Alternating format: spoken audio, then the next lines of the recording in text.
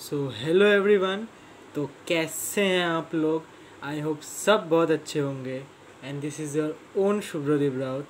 और मैं आ गया हूँ इस काइनामेटिक्स के सीरीज़ का 4th लेक्चर लेके।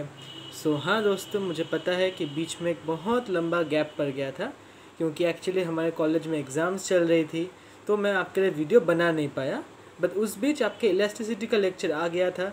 आई होप कि आपने उसकी पढ़ाई की, और इसके साथ साथ मेरे जो प्रीवियस लेक्चर्स थे उनको आपने देखा और उनके डीपीपीज़ को भी सॉल्व किए। आज के इस 4th लेक्चर में, जैसे कि आपने थंबनेल देख ही लिया होगा, हम 3 टॉपिक्स को मेनली डिस्कस करने वाले हैं। एक इंस्टेंटेनियस स्पीड, दूसरा इंस्टेंटेनियस वेलोसिटी, और तीसरा आपका एक्सेलरेशन, जिसमें दोनों instantaneous as well as average acceleration discuss किया जाएगा। आज हम कोई भी न्यूमेरिकल नहीं करने वाले। आज हम इन 3 टॉपिक के पूरे डिटेल्ड थियोरी को डिस्कस करेंगे।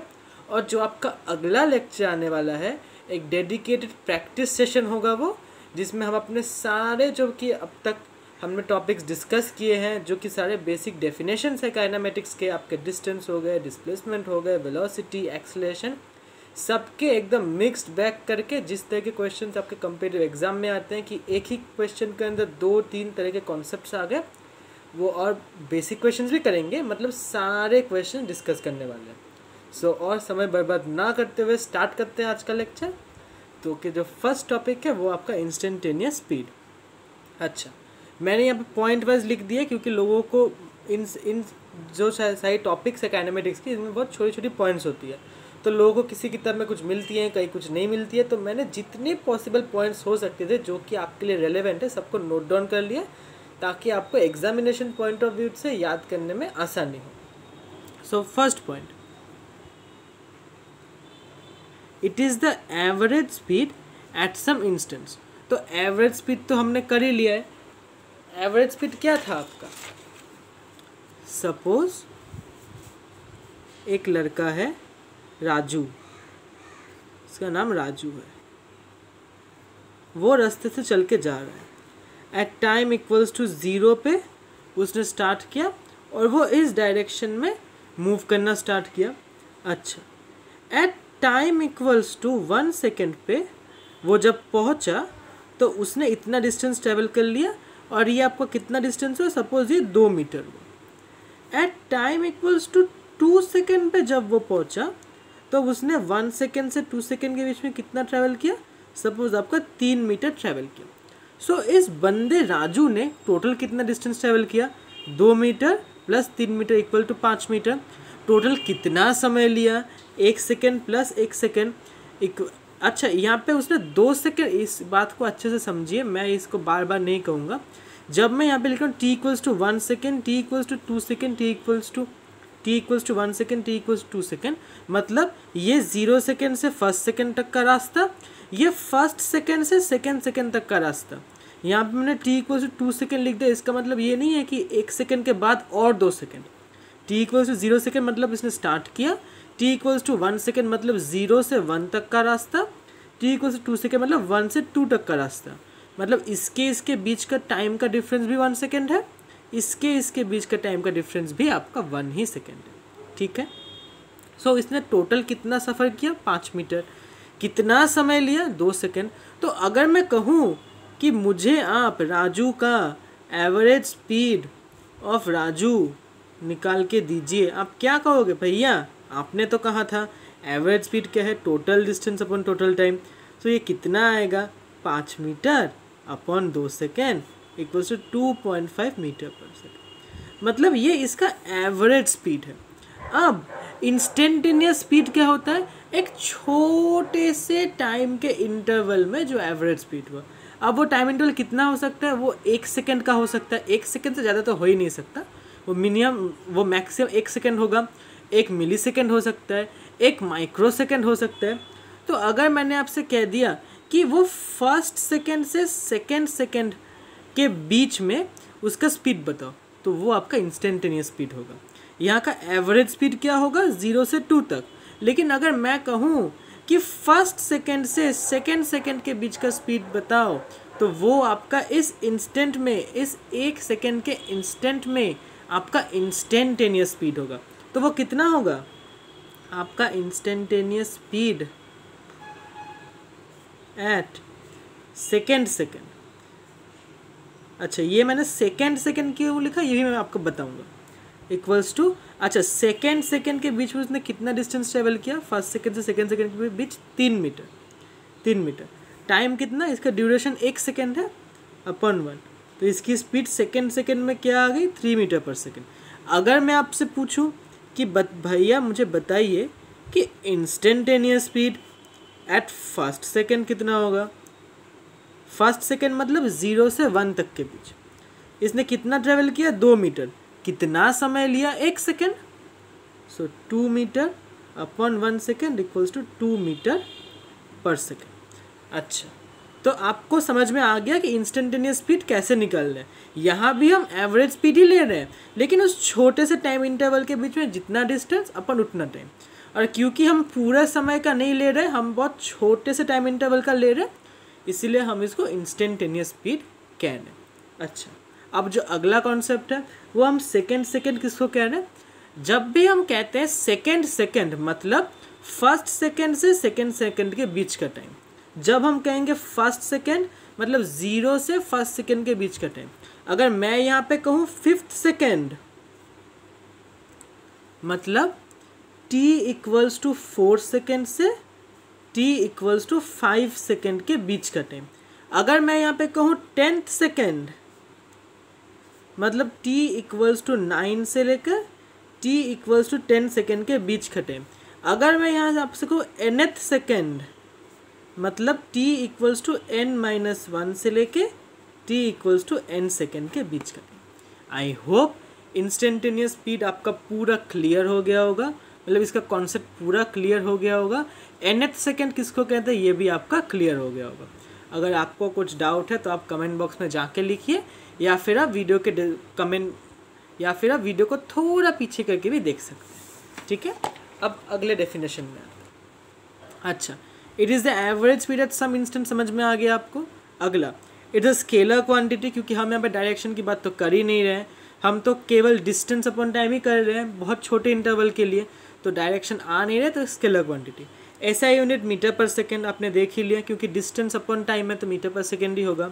अच्छा, rate of change of distance with respect to time, वही बात, स्पीड क्या होता है आपका rate of change of distance with respect to time. आप डिस्टेंस को टाइम से डिवाइड करते हो, मतलब आप डिस्टेंस के चेंज को विथ रिस्पेक्ट टू टाइम देते हो, मतलब स्पीड आपका क्या हुआ। सपोज एक बॉडी एक पर्टिकुलर पॉइंट से दूसरे पॉइंट तक ट्रैवल किया, तो वो आपका डिस्टेंस हो गया अपॉन टाइम, तो उसी को आप और अच्छी भाषा में rate of change of distance with respect to time कह सकते हो। इसमें और इसमें ज़्यादा फर्क नहीं है। ठीक है। अच्छा, जब आप ग्राफिकली प्लॉट करते हो डिस्टेंस वर्सेस टाइम ग्राफ को, जब आप प्लॉट करते हो डिस्टेंस वर्सेस टाइम ग्राफ क्या होता है, जब आप एक ग्राफ ड्रॉ करते हो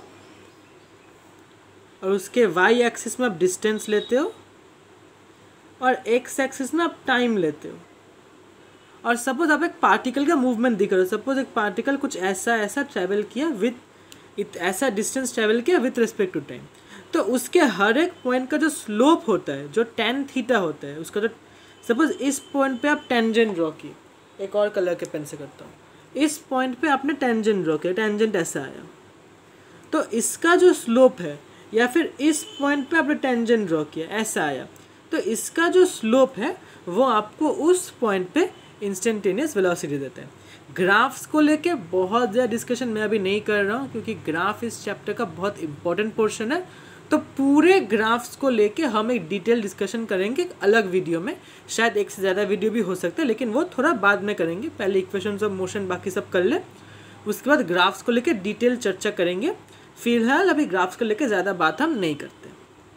अच्छा, सो अभी तक के लिए बस आप इतना जानिए कि डिस्टेंस टाइम ग्राफ के जो स्लोप होता है वो हर पॉइंट पे आपका इंस्टेंटेनियस वेलोसिटी देता है, इंस्टेंटेनियस स्पीड देता है। अच्छा, अब आपका एवरेज स्पीड क्या था, delta S upon delta T.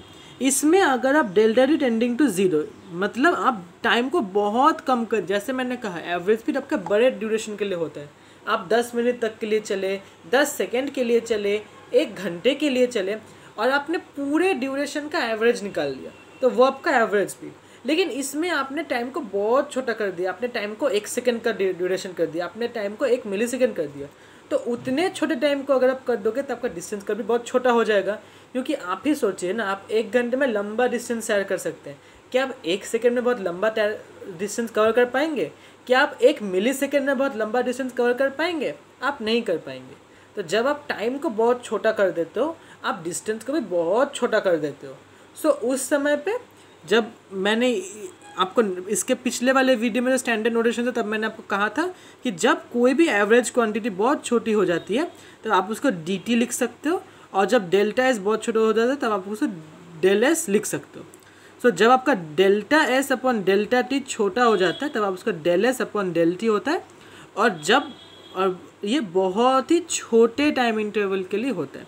सो इंस्टेंटेनियस स्पीड में आप delta S upon delta T ना लिख के del S upon del T लिखते हो, और इसमें आपके डिफ्रेंशिएशन के सारे रूल्स आते हैं।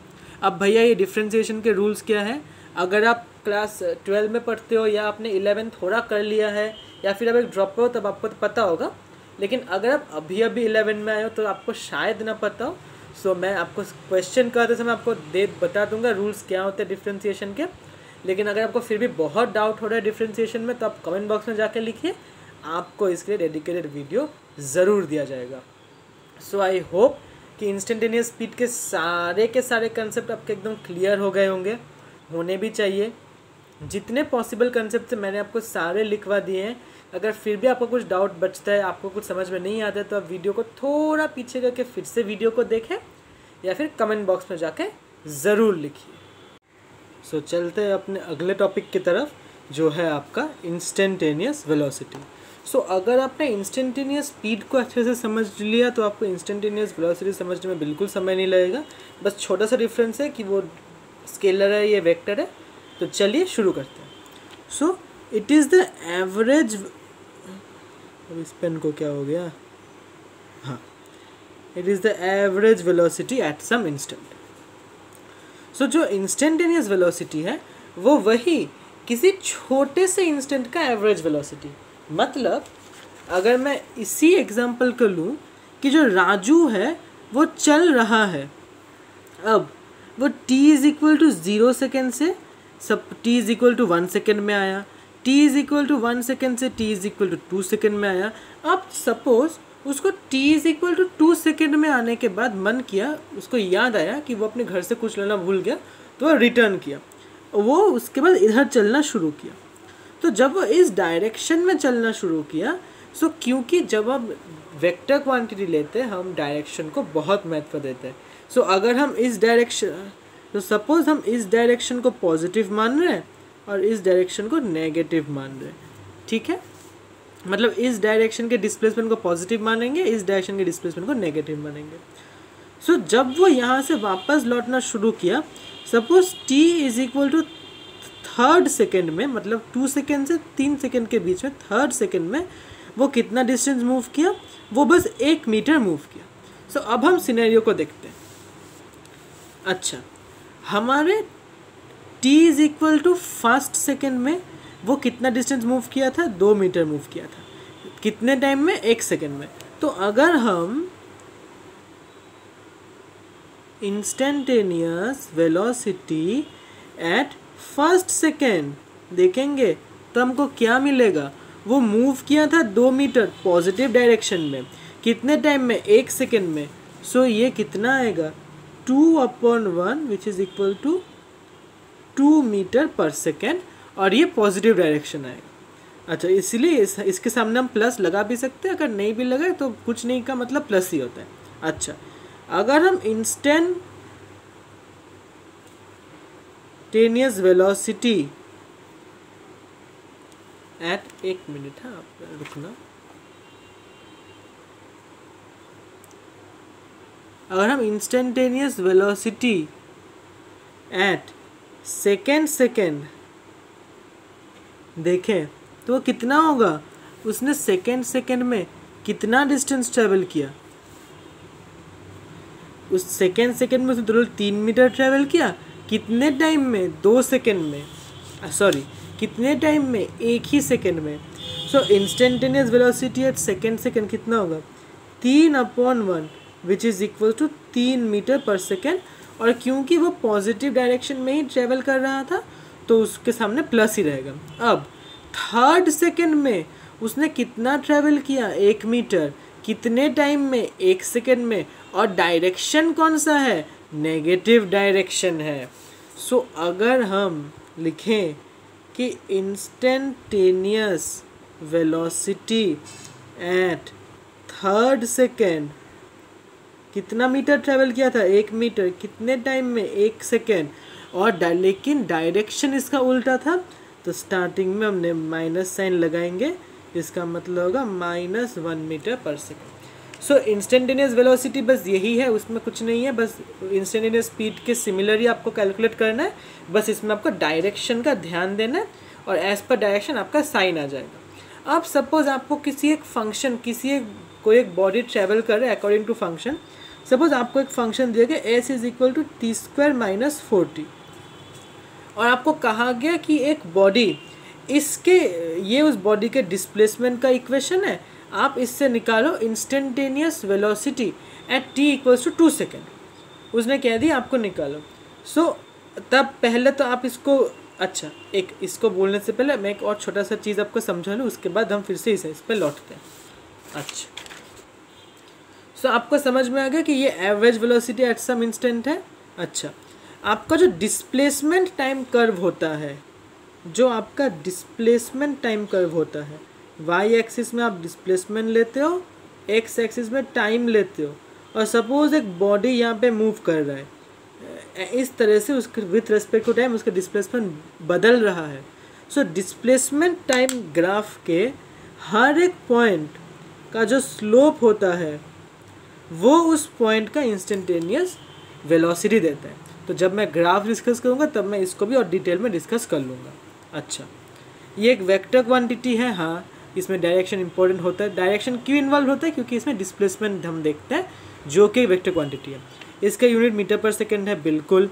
अब जो इंस्टेंटेनियस वेलोसिटी होता है उसमें भी हम क्या करते हैं, it is the average velocity at some instant. तो हम पहले एवरेज वेलोसिटी का फॉर्मूला लिखते हैं ΔS/ΔT, फिर इसमें हम टाइम को बहुत छोटा कर देते हैं। जब हम टाइम को बहुत छोटा कर देते हैं ये ΔS/ΔT हो जाता है। और जब कोई भी आप किसी भी इक्वेशन में कहीं भी डेल के टर्म्स में कुछ देखोगे तो वहाँ पे आपके रूल्स ऑफ डिफ्रेंशिएशन आ जाएंगे। मतलब यहाँ पे अब रूल्स ऑफ डिफ्रेंशिएशन क्या है वो तो हम आपको क्वेश्चन सॉल्व करते समय ही बताएंगे, बट आई होप, क्योंकि मैंने मैकेनिक्स के प्री रिक्विजिट्स में ही कहा था कि आपको बेसिक डिफ्रेंशिएशन आनी चाहिए, तो मैं होप कर रहा हूँ कि आपको आती है। अगर आपको नहीं आती है तो उसमें भी कोई दिक्कत नहीं है, आप कमेंट बॉक्स में जाके लिखिए। आपको बेसिक डिफ्रेंशिएशन का भरपूर मस्त मज़ेदार वीडियो ज़रूर दिया जाएगा। आपका जो इंस्टेंटेनियस वेलोसिटी होता है वो होता है ΔS/ΔT। अब हम उस क्वेश्चन में वापस जाते हैं जिसके बारे में मैं बात कर रहा था।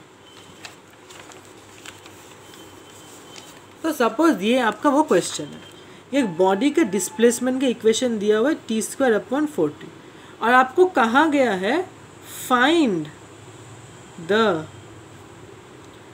Instantaneous velocity at second. ये नंबर 1 है।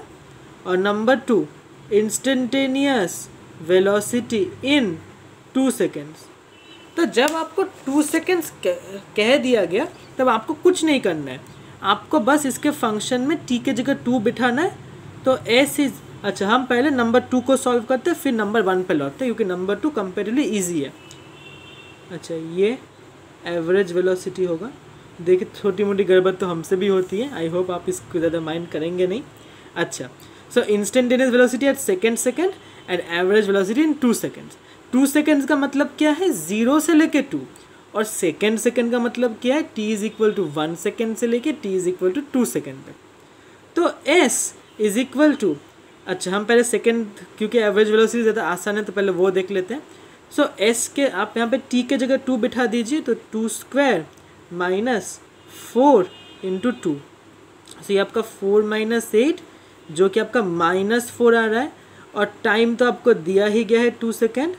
तो जब आप एवरेज वेलोसिटी निकालोगे आप इसे -4/2 which is equal to -2 metre per second. तो जब आपको इस तरह से कोई इक्वेशन दी जाती है तब आपके रिजल्ट में ही अपने आप प्लस या माइनस साइन आ जाता है। मैंने ये क्वेश्चन केवल यही दिखाने के लिए आपको लिया है कि आपको हमेशा ऐसा नहीं करना है कि आप इंस्टेंटेनियस का डायग्राम ड्रॉ कर रहे हो और उसके सामने प्लस या माइनस अपने आप बिठा देते हो। जब आपको ऐसा कोई इक्वेशन दिया जाएगा तब आपको अपने से कहीं भी साइन की इधर उधर करनी नहीं है, आपको बस क्वेश्चन को सॉल्व करना है। अगर प्लस होगा तो अपने आप प्लस आ जाएगा, अगर माइनस होगा तो भी अपने आप ही माइनस आ जाएगा। आपको साइन कहाँ देना है, अगर आपको कोई ग्राफ वाला क्वेश्चन दिया हो, जैसे यहाँ पे ये एक तरह का ग्राफ ही तो है, इसमें सिर्फ एक एक्सिस है। अगर यहाँ पे सिर्फ एक कोई एक्सिस है और आपको यहाँ से देख देख के वैल्यूज उठाने पड़ रहे हैं, तब आप डायरेक्शन देख के अपने आप साइन दे सकते हो। लेकिन अगर आपको इस तरह का कोई इक्वेशन दिया हुआ है, जो कि मोस्ट केसेस में दिया होता है, तब आपको अपने आप साइन के साथ कोई हेरा फेरी नहीं करनी है। आप बस जो कि आपका डिफाइन प्रोसेस है वो करते जाओ, और अगर आपका साइन नेगेटिव आना होगा तो अपने आप नेगेटिव आ जाएगा, साइन पॉजिटिव आना होगा तो अपने आप पॉजिटिव ही आएगा। सो एवरेज वेलोसिटी 2 सेकेंड में आपका -2 मीटर पर सेकेंड आ गया। अब नंबर 1 देखते हैं, आपका कहा गया है instantaneous velocity at second. So instantaneous velocity का मैंने फॉर्मूला क्या कहा था, इंस्टेंटेनियस वेलोसिटी का फॉर्मूला कहा था ∂S/∂t। मतलब आपको इस डिस्प्लेसमेंट को with respect to time differentiate करना है। तो जब आप इसको with respect to time differentiate करते हो, इसका वैल्यू आता है 2t-4, और यहाँ पे आपको t = 2 बिठाना है। मतलब मैं फिर से रिपीट कर रहा हूँ, जब आपको इंस्टेंटेनियस वेलोसिटी निकालने को कहेगा किसी पर्टिकुलर सेकेंड में, आपको क्या कहना है, पहले उस इक्वेशन को डिफरेंशिएट करना है। डिफरेंशिएट करके आपके पास एक और छोटा सा इक्वेशन आता है। इस इक्वेशन में जिस सेकेंड का वेलोसिटी निकालने को कहा है, उस t के जगह वो सेकेंड आपको बैठा देना है। तो अगर आप यहाँ पे t के जगह 2 बिठाते हो, ये कितना आता है, 2 × 2 - 4, जो कि आपका 0 आ रहा है। सो इस सेकेंड में इसका इंस्टेंटेनियस वेलोसिटी 0 आता है, लेकिन इसका जो एवरेज वेलोसिटी है वो 2। अच्छा, तो अभी तो आप बहुत ही ज़्यादा कन्फ्यूजन में आ गए होंगे कि भैया यहाँ पे हो क्या रहा है। टोटल 2 सेकेंड में आप कह रहे हो कि एवरेज -2 आ रहा है, लेकिन सेकेंड में अगर वो 0 आ रहा है तो क्या वो चल ही नहीं रहा है? जी नहीं, ऐसा नहीं हो रहा है। ये एक बहुत ही मज़ेदार क्वेश्चन है जो मैं आपको अब थोड़ा पिक्टोरियली समझाता हूँ। आई होप आपको समझ में आएगा। अगर अभी आपको समझ में नहीं आ रहा है तो भी आपको बहुत ज़्यादा दिक्कत नहीं लेनी है। जब हम इक्वेशंस ऑफ मोशन करेंगे तब इस तरह के बहुत सारे क्वेश्चंस करेंगे, तब तो आपको समझ में आना ही आना है।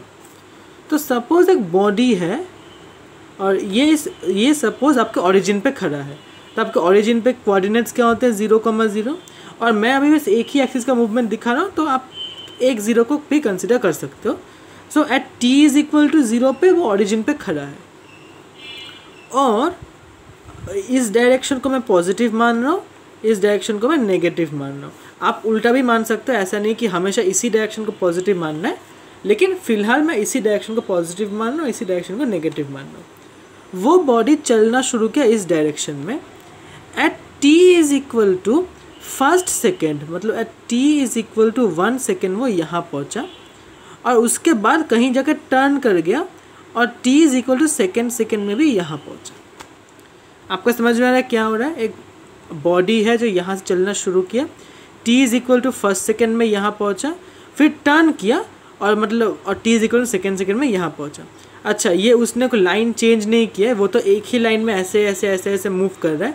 आपको समझने में आसानी हो इसलिए मैंने यहाँ पे टर्निंग के बीच में थोड़ा गैप दिखाया है, लेकिन एक्चुअली आपको समझ में आ गया होगा कि वो स्ट्रेट लाइन में ही मूव कर रहा है। ठीक है, अभी आप देखो उसका एवरेज वेलोसिटी कितना आया था, -2 मीटर पर सेकेंड।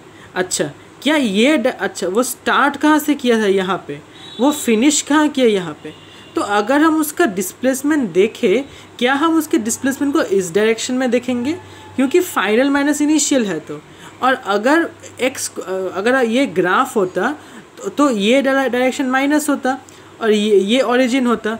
तो अगर मैं माइनस एक क्वांटिटी में से 0 को घटाता तो क्या ये माइनस नहीं आता? फील आ रही है आपको मैं क्या बोल रहा हूँ? या फिर छोड़ो, वो सब छोड़ो, इसका एवरेज कितना आया था, -2 मीटर पर सेकेंड।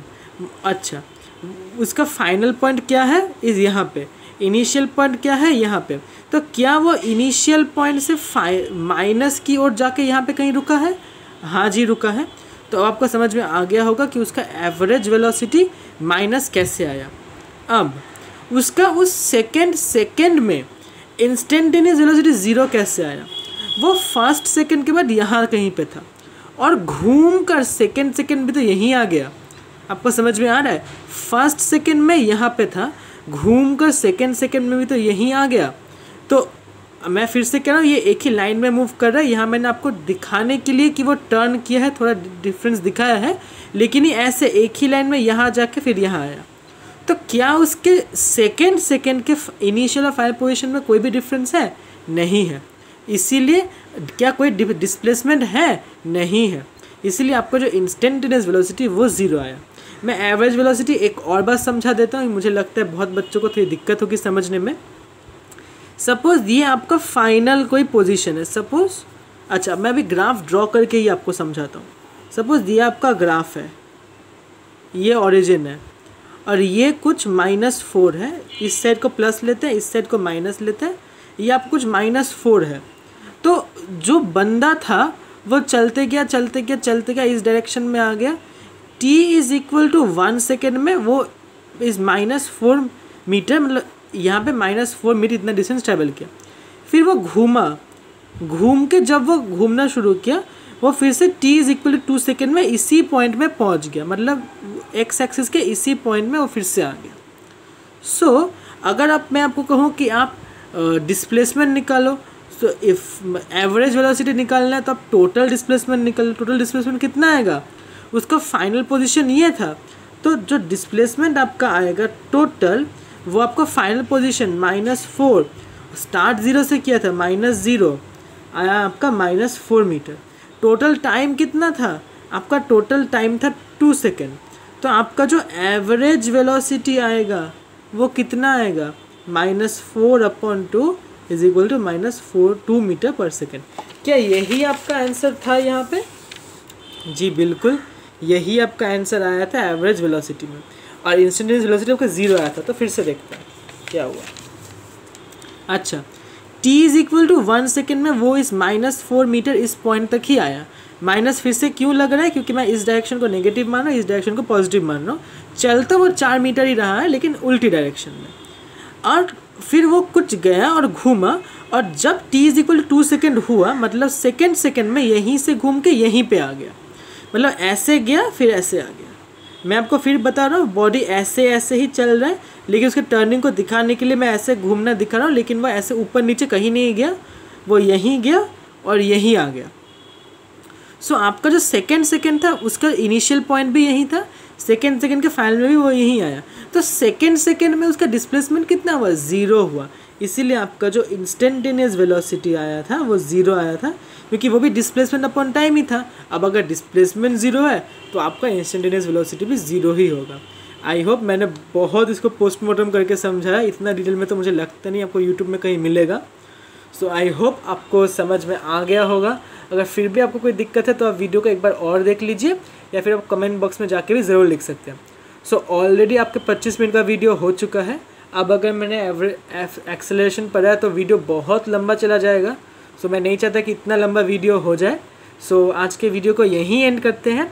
हाँ, अब मैं थंबनेल में भी चेंज कर दूंगा। थंबनेल में भी मैं सिर्फ इंस्टेंटेनियस वेलोसिटी और इंस्टेंटेनियस स्पीड ही दूंगा। तो वीडियो का स्टार्टिंग में क्योंकि मैंने एक्सेलरेशन कहा था, आप कंफ्यूज मत हो जाना। अगर आप वीडियो का एंड तक देखते हो तो आपको समझ में आया होगा कि मैंने आज एक्सेलरेशन नहीं पढ़ाया है। अगले वीडियो में हम एक्सेलरेशन पढ़ाएंगे, और अब मैं थोड़ा कोशिश करूँगा कि थोड़ा मतलब कंसिस्टेंसी रहे, मतलब 2-3 दिन के बाद ही एक वीडियो आपका आ जाए। और एक्सेलरेशन कंप्लीट करने के बाद हम पूरे जो अब तक बेसिक डेफिनेशंस किए हैं हमने, speed, velocity, distance, displacement, acceleration, सबका मिला जुला के मस्त प्रैक्टिस करेंगे। सो आज मैंने बहुत कंसेप्चुअल लेक्चर था, ये बहुत ही इंपॉर्टेंट लेक्चर था। आपके इंस्टेंटेनियस स्पीड और वेलोसिटी बहुत इंपॉर्टेंट कंसेप्ट हैं आपके फ्यूचर कंसेप्ट को समझने के लिए। सो आई होप आपको समझ में आ गया हो। इस वीडियो को अच्छे से आप रिवीजन कीजिएगा, कम से कम अगले वीडियो के पहले 2 या 3 बार तो पढ़ ही लीजिएगा। तो तब तक के लिए पढ़ाई करते रहें, keep studying and keep exploring.